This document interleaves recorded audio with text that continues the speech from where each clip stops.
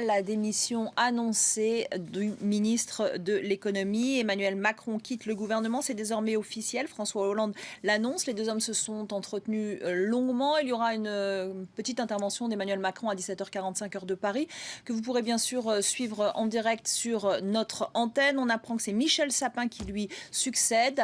Avec nous, Roselyne Febvre, sur ce plateau. Bon, ben voilà, on s'y attendait depuis des mois. Cette démission, elle est désormais officialisée par le président de la République lui-même et il ne traîne pas, il nomme immédiatement dans la foulée Michel Sapin. Oui, bien sûr.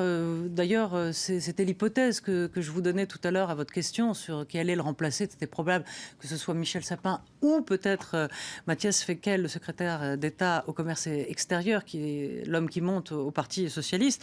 Mais c'est Michel Sapin qui, effectivement, récupère pour les derniers mois qu'il reste à la gauche à gouverner.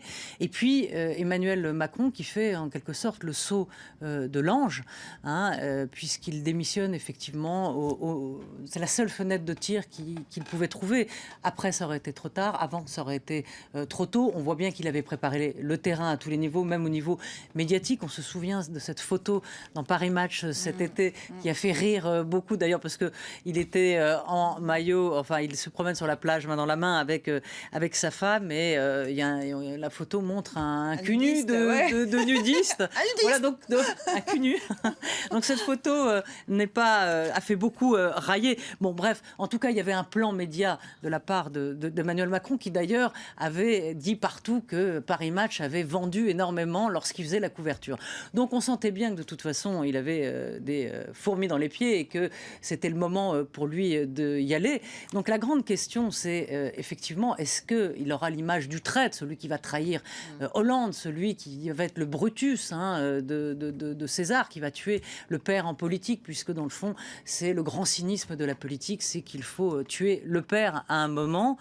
Alors il fait peut-être le calcul de se dire, dans le fond, la gauche est cramée, la gauche est un peu foutue, puisque François Hollande n'est pas dans la possibilité pour l'instant d'y aller. C'est ce que disent d'ailleurs Montebourg et Hamon. Ils disent qu'il est impossible que François Hollande se représente. Peut-être que le calcul d'Emmanuel Macron, c'est de dire dans le fond, je peux être celui qui peut sauver la gauche face à Juppé. C'est-à-dire que je peux être celui qui est élu face à un Juppé. Parce qu'on se demande en quelque sorte où il va prendre les voix, Macron. Pour l'instant, c'est au centre.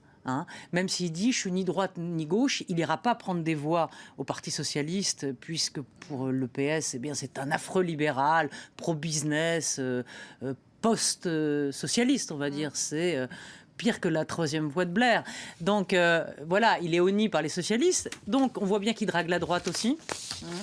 Et puisqu'il est allé voir De Villiers cet été, il a fait une ode à il est déjà en campagne. Il est déjà en campagne. Mais oui, mais être en campagne, vous aussi, on peut être en campagne. Le problème, c'est qui va voter pour nous. Non, mais voyez, il faut un moment savoir quelle voix vous pouvez attirer.